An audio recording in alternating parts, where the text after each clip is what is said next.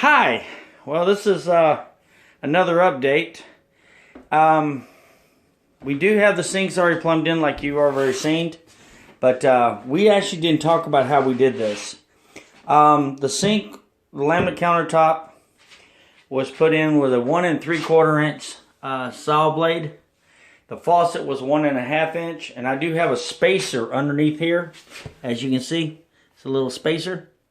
And that spacer so you can get underneath the bowl better to clean it. We just put the mirror in and got the popcorn up on top of the ceiling taken care of. It's still drying. We have now the stonework in the showers taken care of. And this is where the trim's going to go up against it. Now, I've had people at work ask me about my favorite throne.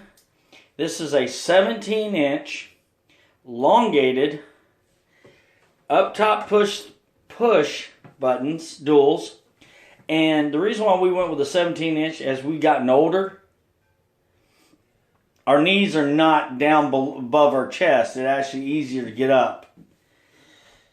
So, and that's the throne. Now, to finish up the countertop, we use a 120 teeth for laminate. It's on a circular saw blade, a 7 1/4 inch Irving, and we cut this side here off. We got the drawers in. Plumbing's taken care of, and we have our test subjects. I have Gaston in the bowl, and she loves it to death. I've had Bella in it as well. That's the turtle shell.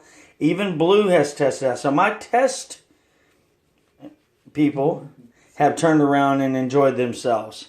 We just put up the mirror. Got 3 on the bottom. This is a 24 by 36. And it's got a whole bunch of sticky things behind it, as well as it's got 3 rails on the bottom as shelves. So it works that way. It's starting to come around. Hopefully we'll get the doors put in for you. And then the bathroom, except for the towel racks, the little shelf that we're putting over here in this big ball spot right here, as you can see, next to the shower, would be like for towels. So you can also hang your wet towels as well as you have a towel rack to go above. Over here, we're going to have to, unfortunately, we both know how cats are with toilet paper rolls. I was given the suggestion to get toilet paper roll that has a shield over it so the cats can't play with it. But other than that, we'll get to that point. We thank you, and keep in touch.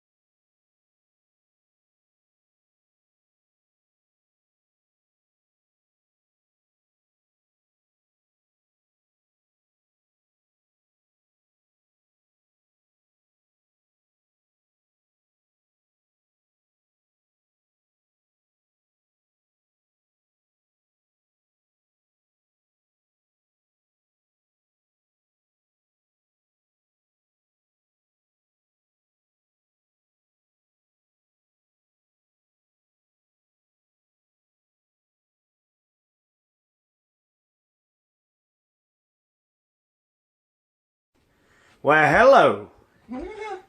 Hi. Well, if you recall how the bathroom was, we actually put the doors up. You slide it in, and now you're inside the bathroom, and you close the doors, and you're in the closed area. Now you have a perfect little privacy spot. Alright, what we did with these sliding doors, we did it backwards, but it's a zombie house and it's our house. We drilled through the stonework, and I used masonry bricks and then dropped them into the ground with decking screws. And up here on the double rail, we done this. We do have a little touch-up paint to do, but that's common sense. we'll be turning around and redoing the touch-up. We didn't put the little plastic piece on it because it wasn't that great. Plus it looked a little cheesy in here. So what we're going to do is we're going to trim it. Inside and out. The doors are backwards. There you go. Now the doors are flush. We'll trim the top of it right across the silver and make it look pretty and do the darker colors so it covers that right there. But this is an encased door. It came with a kit from Home Depot's. Cost me $88. This is a 48 by 80. So that's what it came out to be. Your 2 doors made it this size here. And we wasn't even sure if it was going to make because when we duplicated it. But now you can go outside the garage and keep going and boom. Yeah. Well, I kind of cleaned my office yesterday and then I clustered it again today. So people at work asked me how long it'll last. About a half a minute.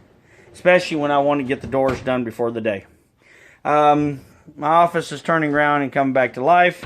And we got this going on. So, the bathroom itself has now been finished.